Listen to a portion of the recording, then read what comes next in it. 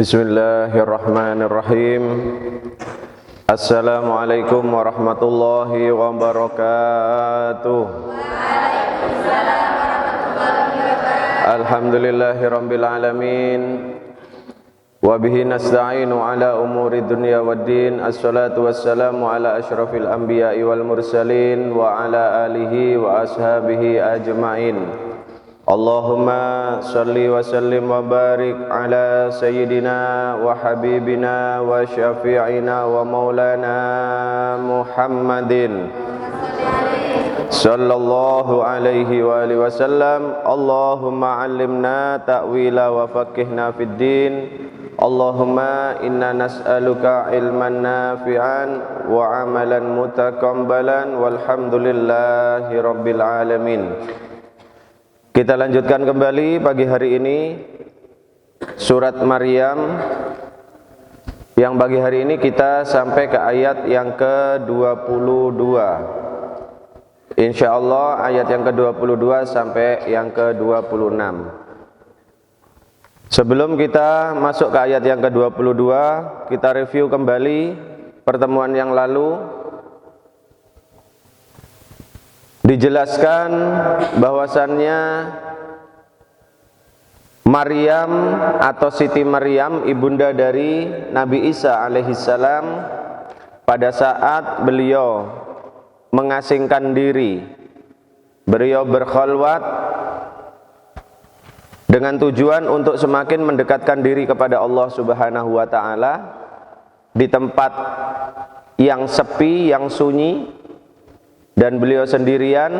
Maka pada saat itulah kemudian Allah mengutus malaikat Jibril untuk menyampaikan bahwasannya Maryam sesuai dengan kudrat iradat dari Allah akan diberikan seorang anak laki-laki Zakia yang suci atau terjaga dari dosa.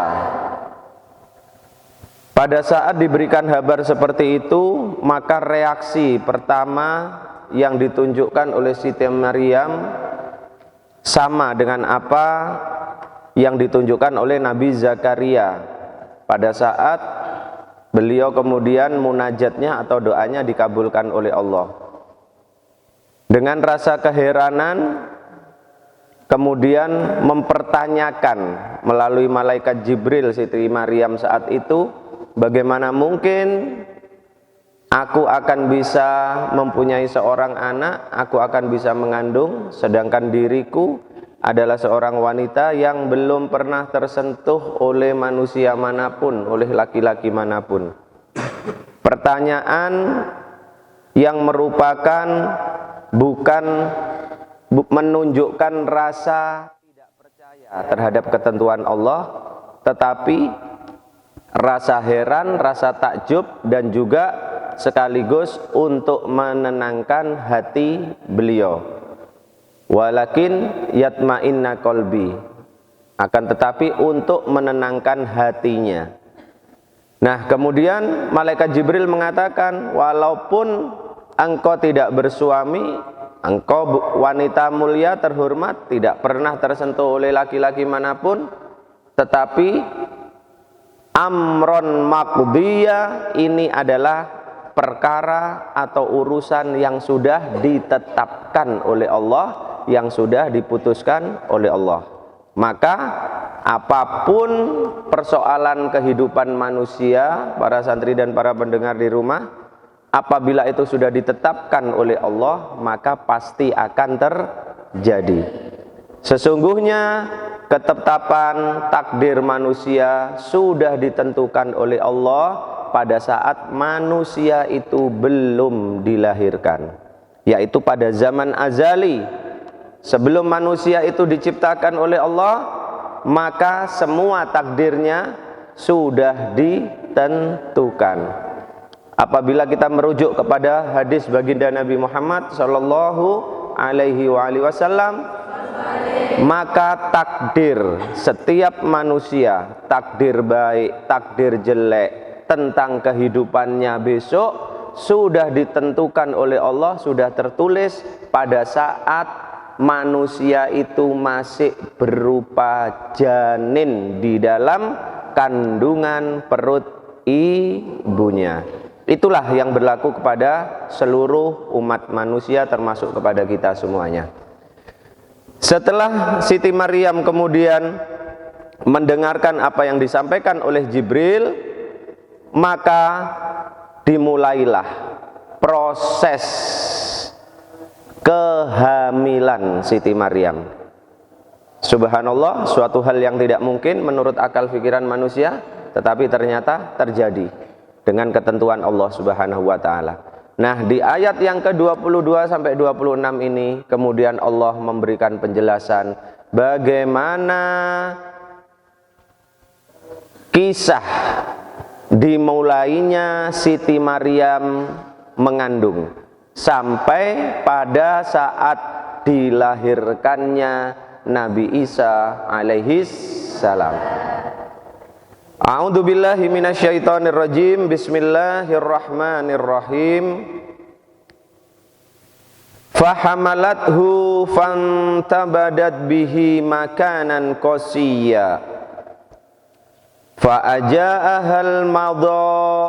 Fa'aja'ahal makhadu ila jid'in nakhlah. Qalat ya laitani mitlu qabla hadha wa kuntu nasyan mansiya.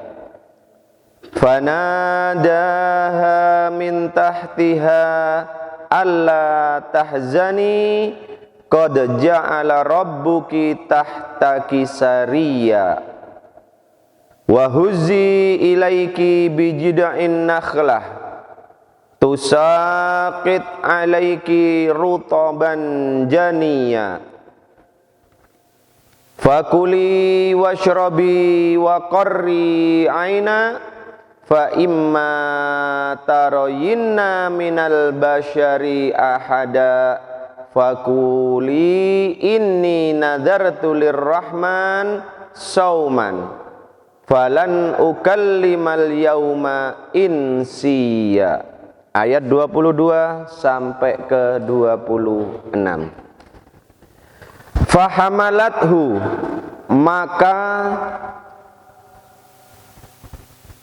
dikandunglah dia atau maka hamillah dia. Fantabadat bihi makanan qasiyya. Fantabadat, maka mengasingkan diri dia, yaitu Maryam, bihi, dengannya, dengan kandungannya, makanan di suatu tempat qasiyya, yang jauh. Fahamalathu fantabadat bihi makanan qasiyya, maka mengandunglah dia. Siapa? Siti Maryam.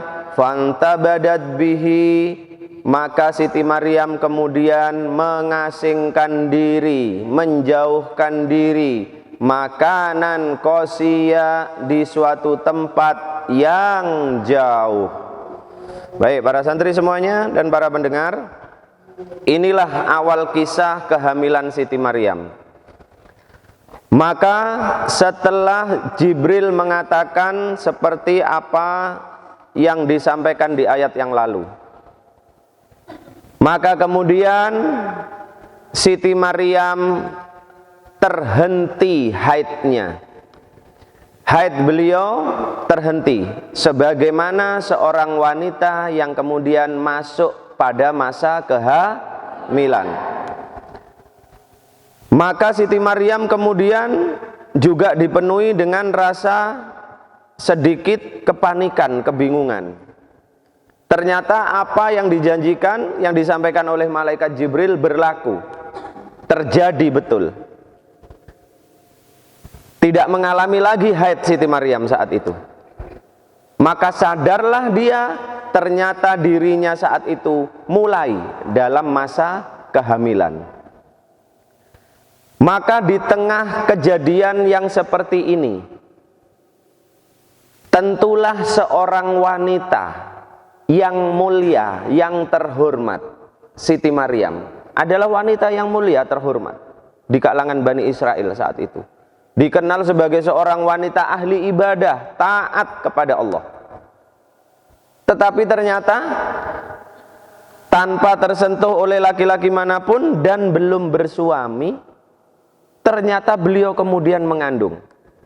Bisa dibayangkan bagaimana perasaan seorang wanita mulia yang dalam kondisi seperti Siti Maryam.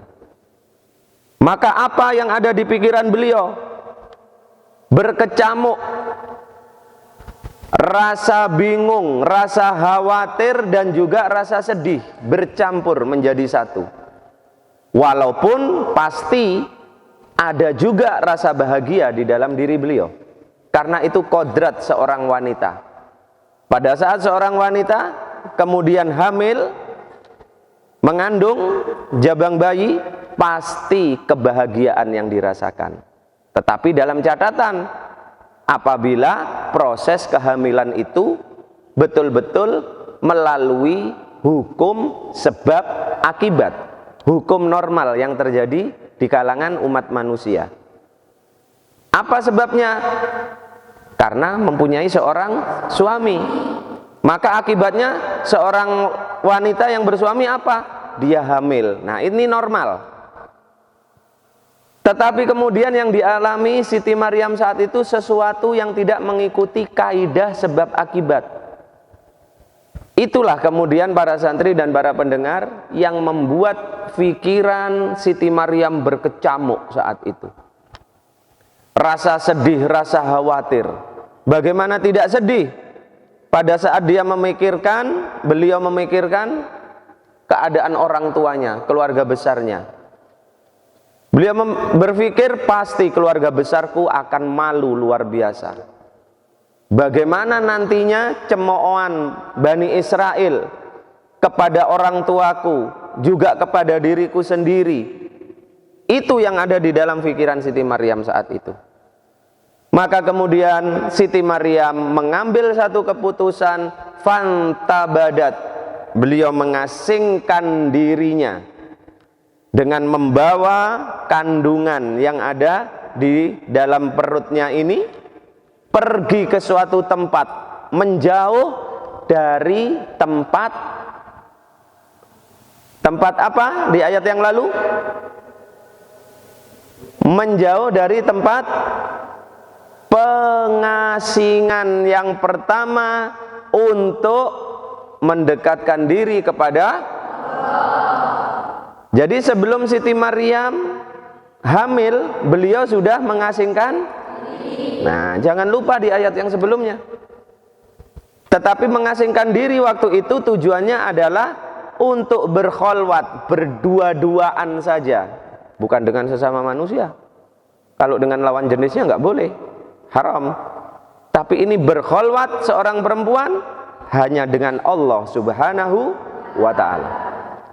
Maka begitu Siti Maryam mulai mengandung, kembali beliau kemudian mengambil keputusan untuk semakin menjauh lagi.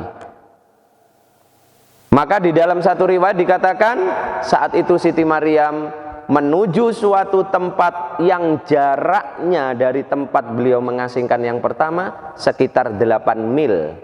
8 mil itu berapa kilo? 1 mil itu sekitar 1,8 kilo. Berarti kalau 8 mil berapa itu? Ya sekitar hampir 15 kilo ya. Nah, kalau dari sini ke Balung, begitu. Kalau sekarang mungkin itu dekat, karena ada kendaraan bermotor. Tapi zaman dahulu tidak ada. Dan Siti Maryam berjalan kaki. Maka 15 km itu terasa sangat jauh.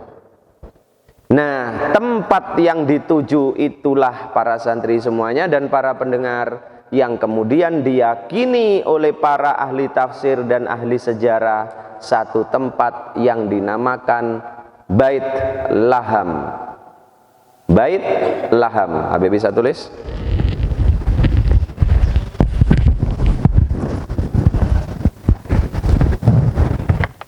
Spidolnya tidak ada.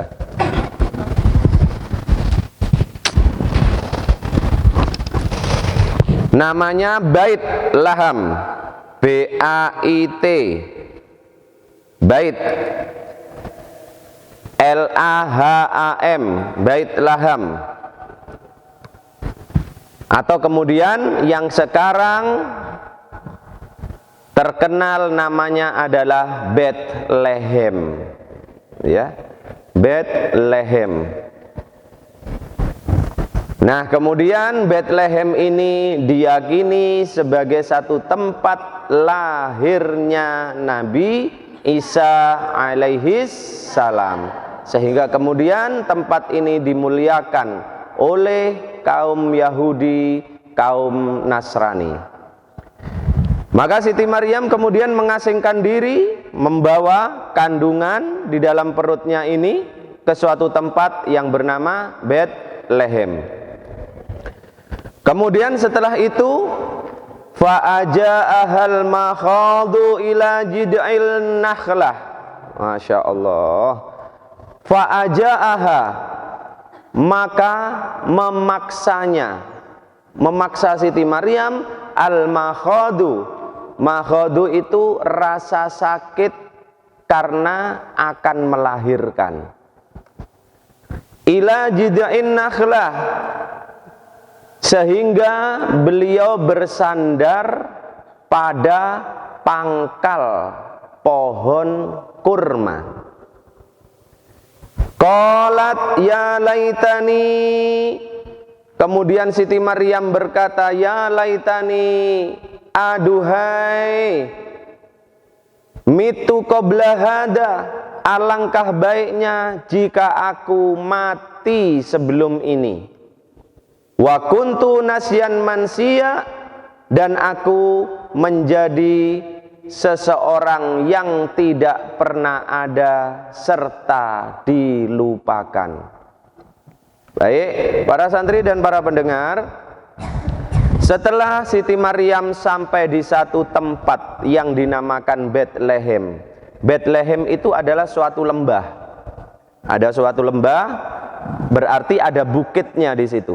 Ada bukit, kemudian ada lembahnya. Maka Siti Maryam kemudian mengasingkan diri di tempat sana tadi, sambil menunggu masa-masa kelahiran. Maka kelahiran yang normal itu adalah 9 bulan 10 hari. Maka pada saat mendekati masa kelahirannya,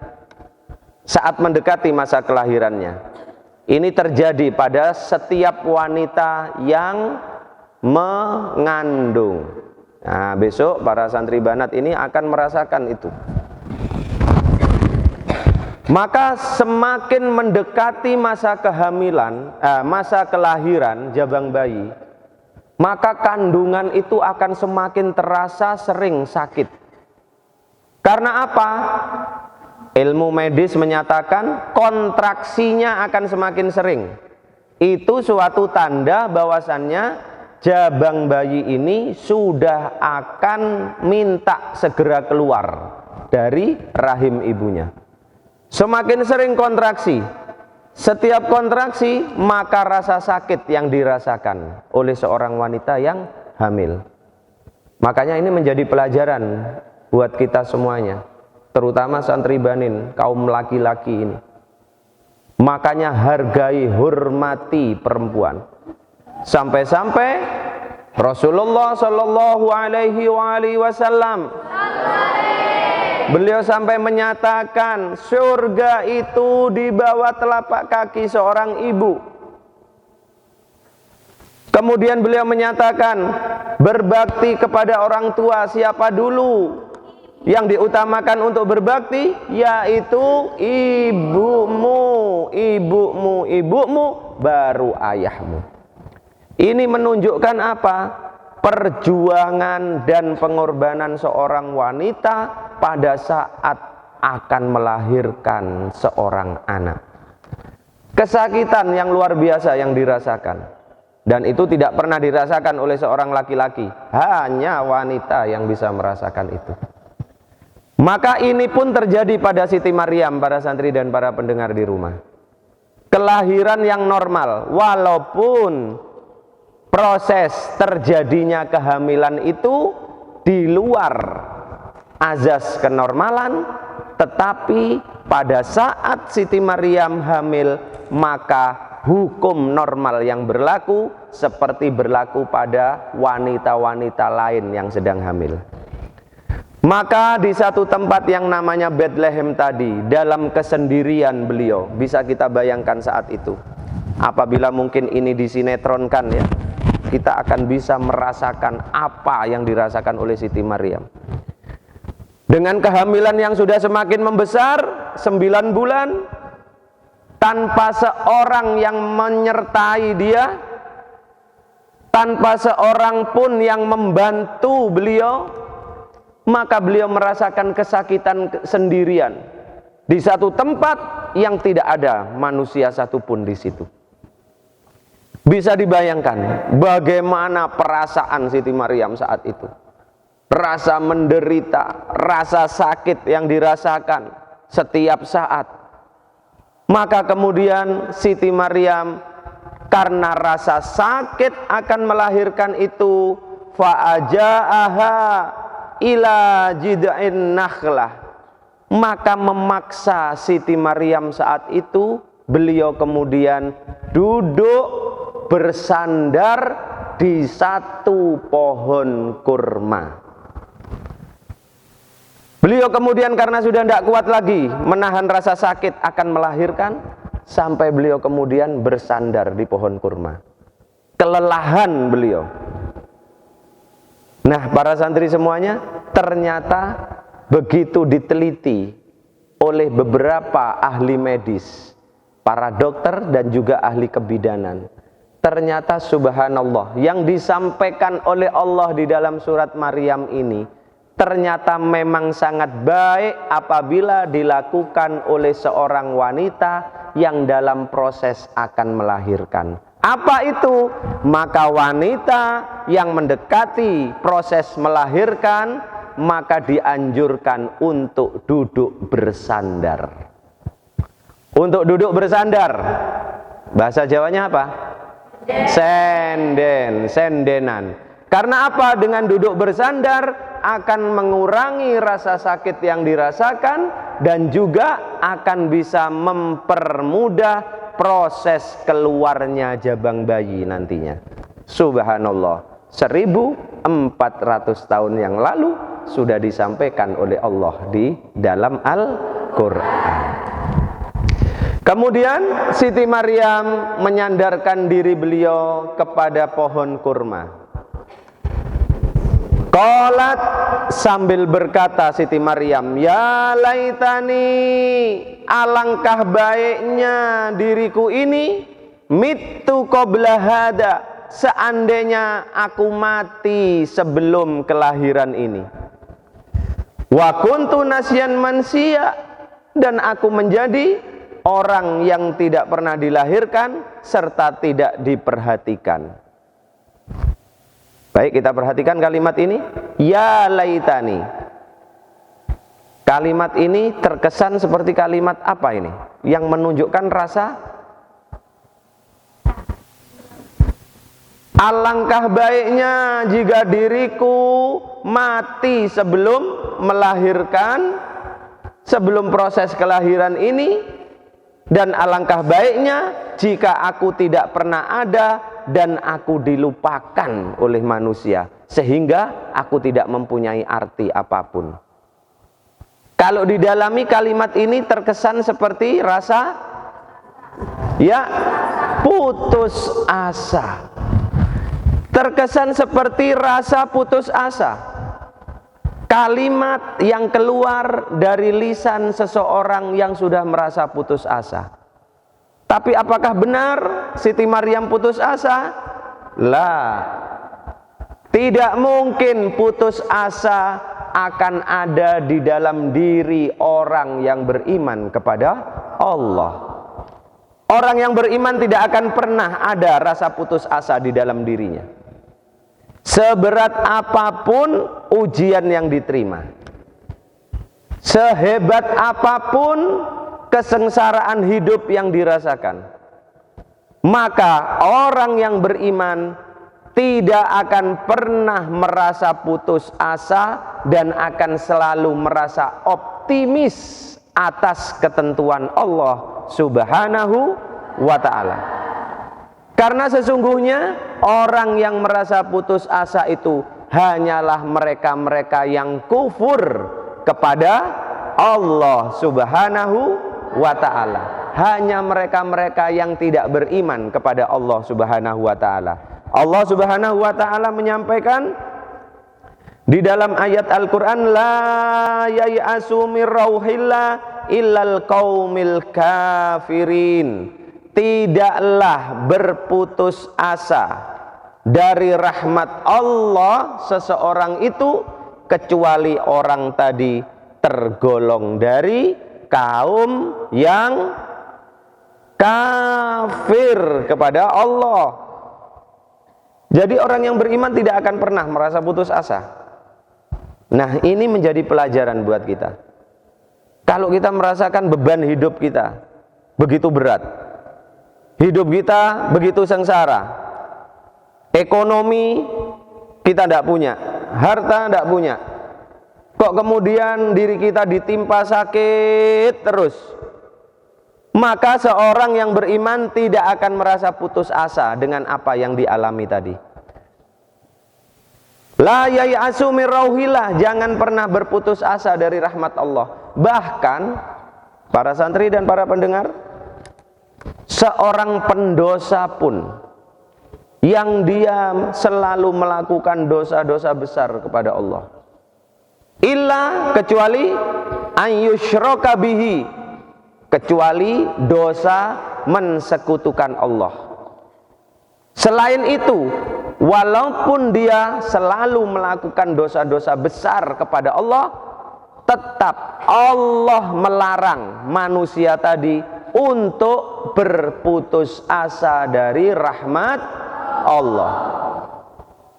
Begitu besarnya dosa yang dilakukan oleh seorang manusia pendosa, jangan lupa, maka ampunan Allah jauh lebih besar daripada dosa yang sudah dilakukan tadi. Sehingga jangan pernah berputus asa dari rahmat Allah. Tetaplah beristighfar, memohon ampun kepada Allah. Mendapatkan kesulitan dalam hidup, tetaplah selalu memohon kepada Allah agar diberikan jalan ke luar. Sekarang kita mengalami apa ini? Sekarang kita mengalami masa-masa sulit. Karena virus wabah, maka la yai'asu min rauhillah, jangan pernah berputus asa dari rahmat Allah. Kita lakukan ikhtiar zahir kita, diri kita, menjaga kesehatan, sekaligus kita ikhtiar batin kepada Allah dengan cara berdoa, bermunajat kepada Allah, memohon Allah segera menurunkan pertolongannya. Paham tum? Maka kalimat yang disampaikan oleh Siti Maryam saat itu bukanlah kalimat putus asa. Lalu kalimat apa ini? Justru ini adalah kalimat yang menunjukkan rasa khawatir terhadap orang yang beriman. Rasa khawatir apa? Siti Maryam merasa khawatir apabila dirinya tidak mampu menjalankan ujian yang diberikan oleh Allah Subhanahu. Para santri semuanya, Siti Maryam diberikan anak pada saat itu, merupakan sebuah berkah, kenikmatan, ataukah ujian? Merupakan sebuah berkah, kenikmatan, ataukah ujian bagi Siti Maryam? Bukan berkah juga? Dua-duanya berlaku. Merupakan suatu berkah, juga merupakan suatu ujian. Kok dikatakan suatu berkah, Habib? Jangan lupa, malaikat Jibril mengatakan kepada Maryam bahwasannya Tuhanmu memberikan kabar gembira kepada zakiya, dengan seorang anak laki-laki yang terjaga dari Kira-kira kalau sudah dikasih tahu kamu besok akan punya anak, anakmu itu besok akan menjadi orang yang terjaga dari dosa, kabar gembira apa ujian tuh? Seneng apa enggak kalau dapat gitu? Kabar gembira buat Maryam saat itu. Tetapi kemudian juga menjadi ujian yang sangat berat. Kenapa? Karena hamilnya tidak melalui proses sebagaimana biasanya. Tidak mempunyai seorang suami dan tidak pernah tersentuh oleh laki-laki manapun, wanita mulia. Maka ini ujian yang berat. Beratnya ujiannya di mana? Iya, ujiannya kemudian beratnya itu dalam hal apa ujian Siti Maryam saat itu? Iya, untuk menghadapi cemoohan orang. Itulah ujian yang dirasakan oleh Siti Maryam yang sesungguhnya. Jadi bukan soal hamalathu, kehamilan itu rasa sakit karena mau melahirkan, sebetulnya bukan itu, tetapi ujian yang sebenarnya. Sampai Maryam kemudian menyampaikan, ya laitani mitu qabla hada, alangkah baiknya seandainya aku mati sebelum melahirkan ini. Maksudnya apa? Kalau aku mati sebelum aku melahirkan ini, maka selesailah persoalan. Karena apa? Maka orang-orang Bani Israel tidak akan mencemoohku lagi. Selesai sudah, karena aku mati dan jabang bayiku juga mati. Keluargaku juga tidak akan dihina oleh Bani Israel. Persoalan selesai. Lebih baik aku menjadi manusia yang dilupakan oleh orang lain. Jangan seperti sekarang. Kata Maryam, kalau sekarang Siti Maryam dikenal sebagai wanita yang soleh, wanita mulia, ahli ibadah. Nah, para santri semuanya, kalian bisa merasakan santri banat bagaimana perasaan bergejolak di dalam hati Siti Maryam saat itu. Menghadapi proses kelahiran juga terbayang bagaimana perasaan kedua orang tuaku di rumah. Apa yang dikatakan masyarakat kepada kedua orang tuaku saat ini, itu yang terbayang terus. Lalu kemudian saat aku melahirkan, lalu bagaimana nanti tanggapan masyarakat Bani Israel saat aku balik ke kampung halamanku dengan menggendong seorang bayi laki-laki? Apa yang akan dikatakan oleh mereka? Itu yang terbayang. Berkecamuk, ya. Nah, bersandarlah beliau di pohon kurma, kemudian sambil menyatakan kalimat ya laitani mitu qabla hadza wa kuntu nasyan mansiya. Maka para santri dan para pendengar di rumah, melihat kesedihan yang dialami oleh hamba yang dicintai, Allah tidak membiarkan kesedihan Siti Maryam berlarut-larut. Maka kemudian apa yang dilakukan? Maka Allah kemudian mengutus kembali malaikat Jibril untuk menemui Siti Maryam saat itu di tempat beliau akan mengalami proses melahirkan. Fanadaha min tahtiha, maka kemudian malaikat Jibril menyeru kepada Siti Maryam, berkata kepada Siti Maryam dari tempat yang lebih bawah. Artinya Siti Maryam ada di tempat yang agak atas, malaikat Jibril berada di tempat yang agak bawah. Kenapa dilakukan seperti itu? Oh, inilah tadabbur Al-Quran tafsir. Kenapa Jibril menyerunya Siti Maryam, berkata kepada Siti Maryam, tapi dari tempat yang lebih bawah. Kenapa? Karena Siti Maryam saat itu dalam proses akan melahirkan. Malaikat Jibril kemudian menjaga pandangan beliau, sehingga kalau malaikat Jibril berada di tempat yang lebih bawah, maka tidak akan bisa terlihat itu proses kelahiran, dan Siti Maryam juga tidak merasa canggung untuk melalui proses kelahirannya, gitu loh. Ya. Loh, kalau malaikat Jibril kemudian seperti yang pertama pada saat menemui Siti Maryam, bagaimana itu? Berhadapan, walaupun di luar mihrab, tapi berhadap-hadapan, bisa melihat. Loh, bagaimana kemudian Siti Maryam saat itu? Sudah merasa kesakitan, proses akan melahirkan, kok ada laki-laki di depannya. Nah, bagaimana kira-kira proses itu? Ya, itu zaman dulu Siti Maryam. Padahal zaman sekarang namanya dokter kandungan itu hampir semuanya laki-laki itu. Ini zaman ini tidak jelas ini kan, zaman sekarang ini. Sekarang hampir semua dokter kandungan itu berjenis kelamin laki-laki. Yang punya kandungan berjenis kelamin perempuan.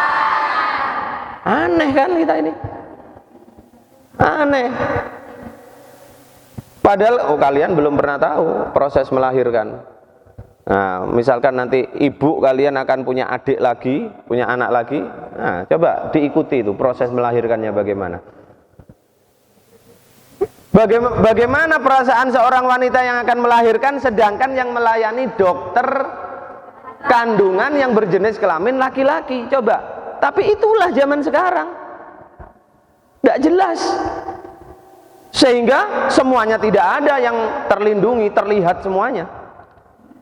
Coba. Nah, anehnya embo wong wedok-wedok iki, dokter-dokter wedok kok gak gelem sih dadi ahli kandungan, dokter kandungan, kok malah wong lanang. Tapi bisa iki heran iki. Sampai sekarang Habib bisa ndak ngerti jawabannya itu kenapa. Mudah-mudahan setelah ini banyak dokter-dokter spesialis kandungan, wanita-wanita muslimah, mudah-mudahan, sehingga yang melayani proses kelahiran wanita-wanita muslim juga dokter kandungan wanita yang ojo sing nglayani dokter lanang, padahal bojone sing kate nglairno ana ndek jaba, tapi sing nglayani wong lanang dokter. Aduh, Masya Allah, zaman sekarang ini tidak karuan ya. Nah, tapi gimana Beb, malu lek wis ngono gak kira isin wis ngrasakno lorone. Nah, seperti yang dirasakan oleh Siti Maryam, kesakitan. Maka kemudian Jibril menyeru Siti Maryam dari tempat yang bawah, sehingga Siti Maryam tidak bisa melihat, tidak mengganggu perasaan Siti Maryam yang saat akan melahirkan. Fanadaha min tahtiha, apa yang dikatakan oleh Jibril saat itu para santri dan para pendengar? Allah tahzani, Masya Allah, hei Maryam, Allah tahzani, jangan kamu bersedih. Aduh, Masya Allah, dihibur ini langsung oleh Allah melalui malaikat Jibril. Hei Maryam, jangan kamu bersedih.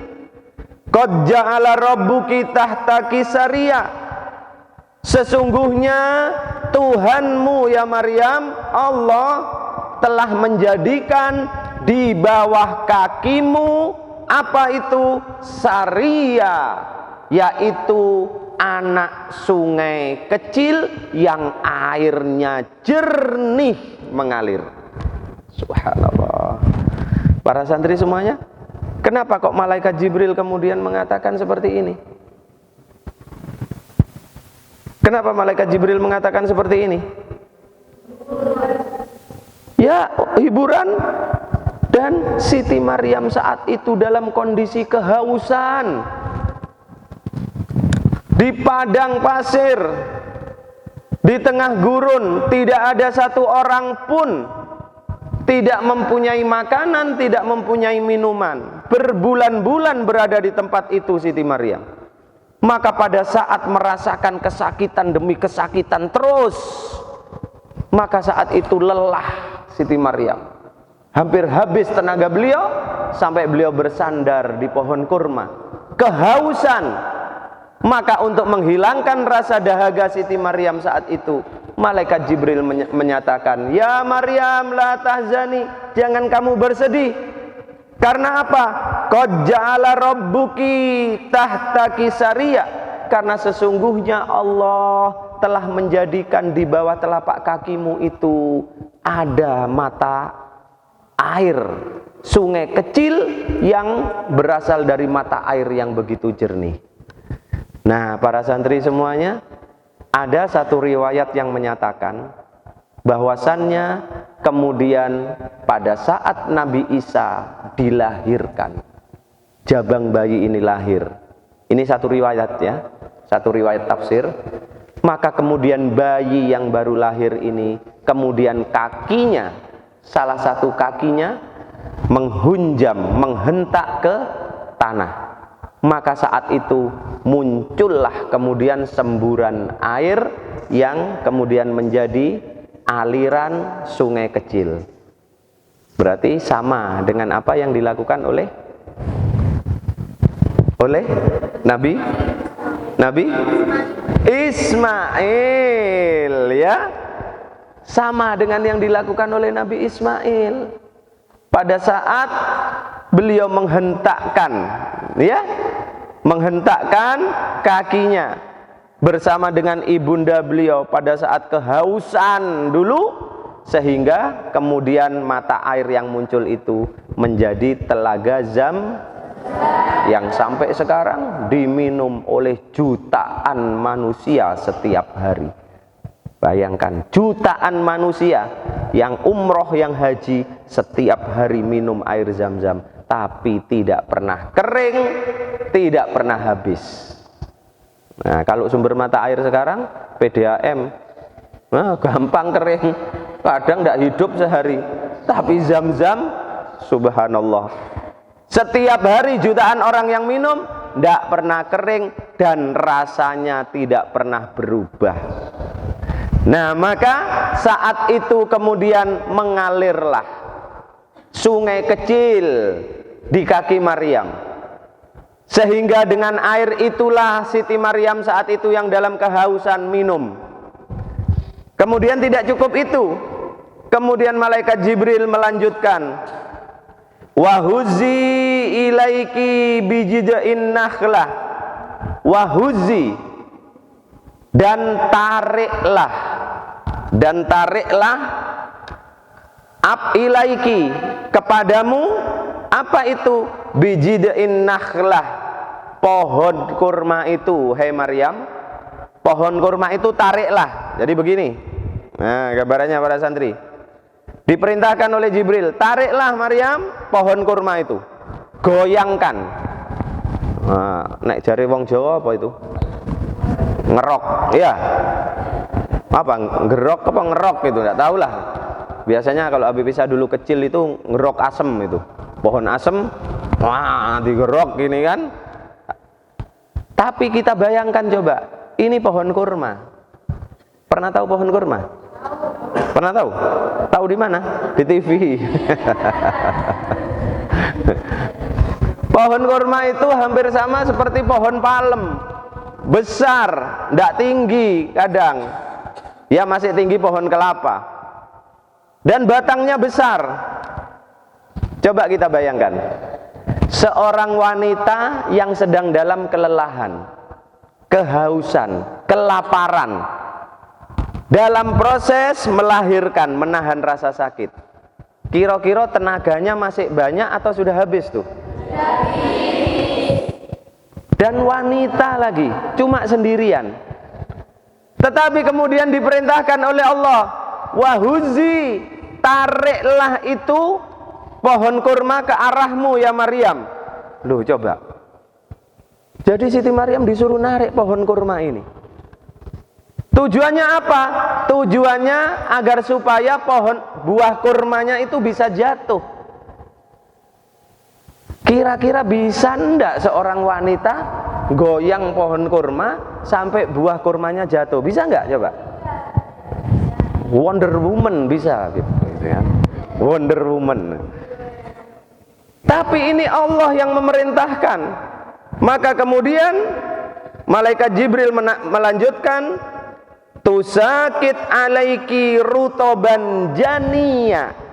Masya Allah. Tusakit, maka akan rontok. Akan rontok.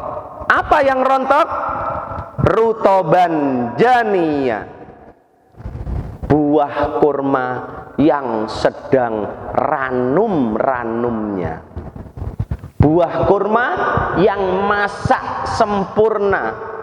Jadi rutoban janiya itu, para santri semuanya, kalau pernah umroh ya atau haji, pas berkesempatan metik atau buah kurma yang baru diambil dari pohonnya, turunkan, tek gitu, langsung dipetik, dimakan. Rasanya tidak sama dengan buah kurma yang kalian makan di sini ini. Apalagi buah kurma yang atos-atos itu.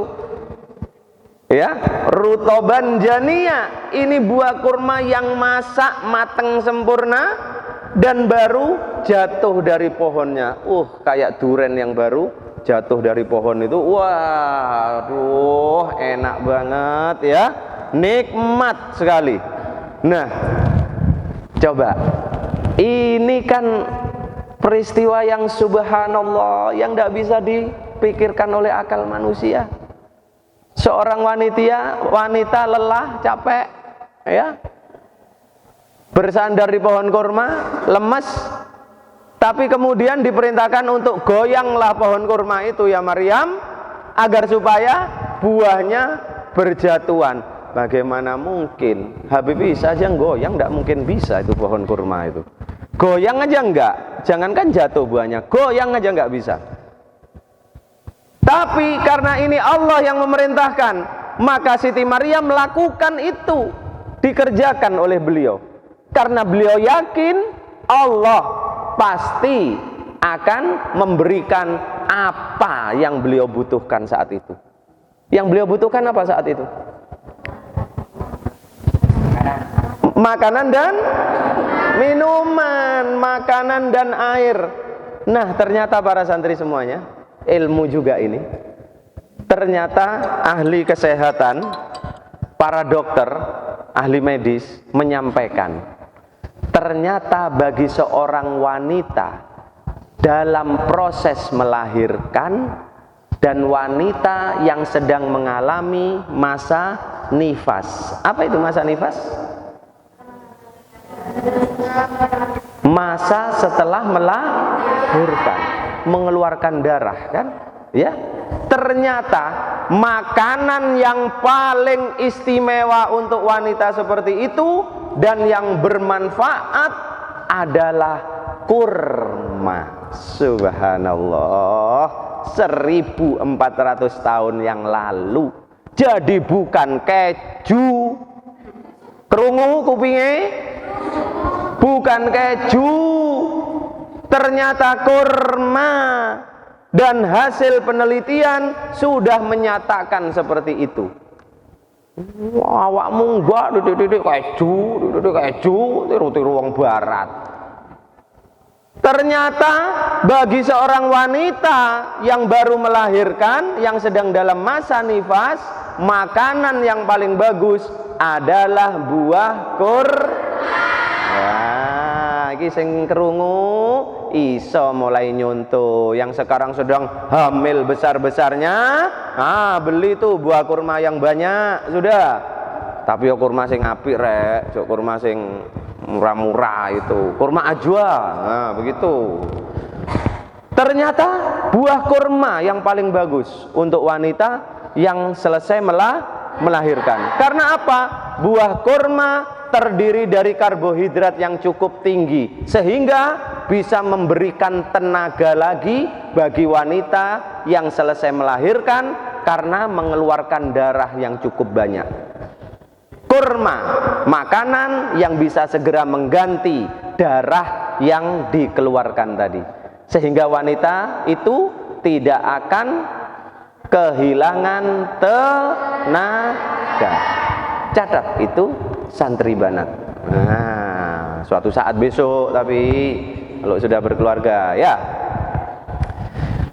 Wahuzi ilaiki bijid'in nakhlah tusakit alaiki rutoban janiyah. Maka kemudian dengan buah kurma yang berguguran itu para santri semuanya, rutoban janiyah, matangnya sempurna, manis.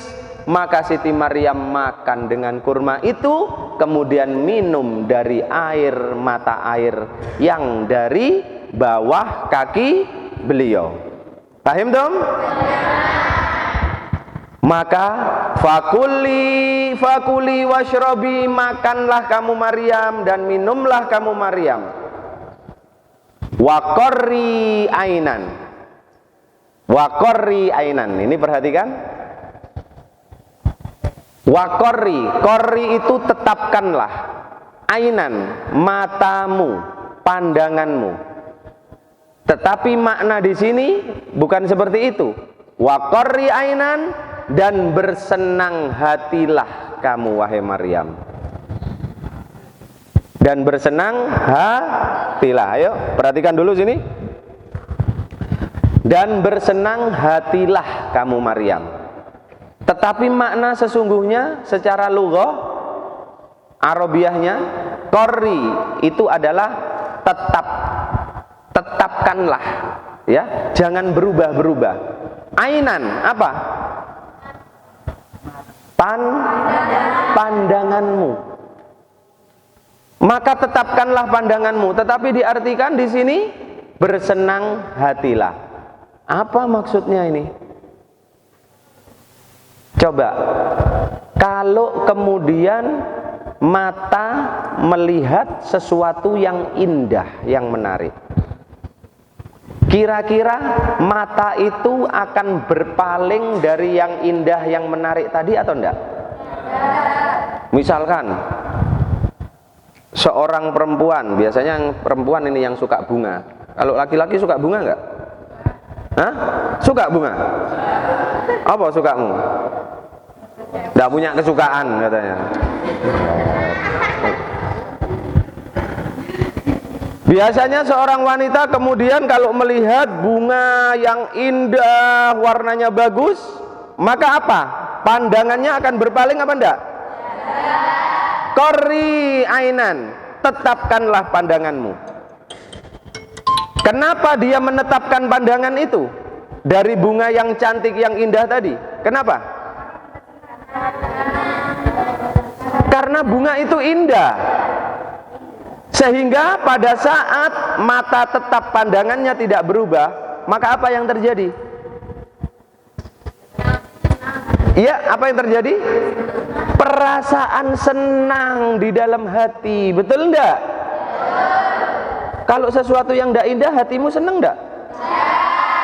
Makanya begitu melihat, langsung dibuang pandangannya kan?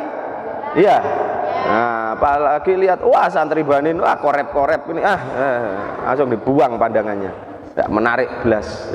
Tapi begitu lihat sesuatu yang menarik, maka mata kita akan tetap memandang. Karena apa? Karena hati kita senang. Makanya kalau lihat artis Korea kan kamu tidak berkedip kan, lama gitu. Wa qarri ainan, dan senangkanlah hatimu hai Maryam. Makanlah buah kurma itu dengan cukup, minumlah dengan cukup, sehingga pada saat kamu sudah hilang rasa haus, hilang rasa laparmu, maka hatimu akan kembali tenang, hatimu akan kembali gembira. Karena apa? Saat itu kamu menyaksikan seorang bayi mungil yang suci, yang sangat tampan berada di atas tanganmu Maryam. Wah, seperti itu kalimatnya. Subhanallah. Kalau disinetronkan ini luar biasa ini ya. Tapi belum ada yang buat sinetron seperti ini. Ya, fakuli washrobi wa qarri ainan fa imma taroyina minal bashari ahadan. Maka Allah kemudian memberikan perintah lagi kepada Siti Maryam.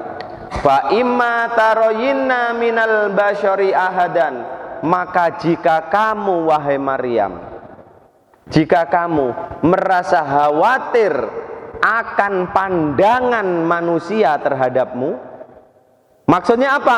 Pada saat kamu kembali ke kampung halamanmu Maryam dan kamu menggendong seorang bayi laki-laki, maka jika kamu khawatir pada pandangan sinis, cemoohan Bani Israel yang akan bertemu dengan dirimu, fakuli, maka katakan Maryam kepada mereka, apa? Inni nadartu lirrahmani sauman, sesungguhnya aku bernadar kepada yang maha rahman, yang maha pengasih. Siapa itu? Sesungguhnya aku bernadar kepada Allah, hari ini aku berpuasa. Falan ukallimal yauma insiya, maka aku tidak akan berbicara kepada siapapun saja, kepada manusia manapun. Baik, kalimat terakhir di ayat yang ke-26, maka kemudian Allah memberikan perintah, hei Maryam, jika kamu khawatir akan cemoohan Bani Israel yang akan kamu temui setelah kamu kembali ke rumahmu, maka katakan, kalau kamu ketemu dengan mereka, ketemu dengan manusia siapapun, perintah dari siapa ini? Allah. Kepada? Maka jika kamu ketemu dengan manusia wahai Maryam, dengan orang siapapun saja, fakuli, katakan kepada mereka, inni nadartu lirrahmani sauman, sesungguhnya aku bernadar kepada Allah untuk berpuasa. Sehingga apa? Syariat zaman dahulu Bani Israel, para santri semuanya, orang yang berpuasa itu bukan hanya menahan lapar, menahan tidak makan, tidak minum, tetapi mereka juga menahan tidak berbicara. Sehingga orang yang berpuasa saat itu mereka juga puasa mulutnya, tidak berbicara. Berat enggak? Berat? Enak dulu apa enak sekarang? Nah, berarti enak jadi umat Nabi yang dulu atau umat Nabi Muhammad sekarang? Makanya cintailah Nabi Muhammad melebihi apapun, ya? Melebihi kecintaan kepada dirimu, kepada siapapun manusia yang ada. Nah, coba jadi umatnya Nabi Isa saat itu, jadi umatnya Nabi Musa saat itu, jadi umatnya Nabi Yusuf saat itu. Maka puasa tidak makan, tidak minum, juga tidak plester. Ya. Maka Allah memerintahkan, hei Maryam, kalau kamu nanti pada saat pulang ke kampung halamanmu bertemu dengan manusia siapapun, biar tidak banyak bacot. Nah, gitu kan maksudnya, ya. Jarno wong-wong gak kakean bacot. Nah, kasarannya gak kakean takon aiu. Maka perintah Allah, katakan kepada Maryam, kepada mereka Maryam, aku sedang berpuasa dan aku tidak akan berbicara apapun kepada manusia siapapun. Paham? Kenapa begitu? Menungso biasa kakean bacot, ya, kepingin tahu aja lu, gitu kan? Apa itu bahasanya kepingin tahu itu? Kepo lu, kan gitu. Pengen tahu, dikandani gak percaya, tapi kepo, kan repot menungso itu. Maka Allah perintahkan, sudah, katakan kepada mereka, aku sedang puasa, aku tidak akan berbicara kepada siapapun. Selesai persoalan? Selesai persoalan? Belum selesai ternyata. Belum selesai. Lalu bagaimana pada saat kemudian Siti Maryam kembali kepada kaumnya dengan menggendong seorang anak laki-laki? Apa yang akan dikatakan oleh kaumnya? Pengen tahu? Nah, akan kita ikuti insya Allah pada hari Sabtu. Sabtu. Apa yang dikatakan oleh Bani Israel dan apa jawaban jabang bayinya? Nah, jabang bayinya yang akan menjawab kalimat-kalimat hinaan mereka. Menarik, insya Allah akan Habib Isa sampaikan hari Sabtu. Wallahu a'lam bishawab. Bismillahirrahmanirrahim. Allahumma salli wa sallim wa barik ala sayyidina Muhammad wa ala ali sayyidina Muhammad. Allahumma inni ista'udatuka ma 'allamtanihi fardudu alayya inda hajati ilaih. Wa sallallahu ala sayyidina Muhammadin wa ala alihi wa sahbihi wa sallam walhamdulillahi rabbil alamin. Akhirul kalam. Wassalamualaikum warahmatullahi wabarakatuh.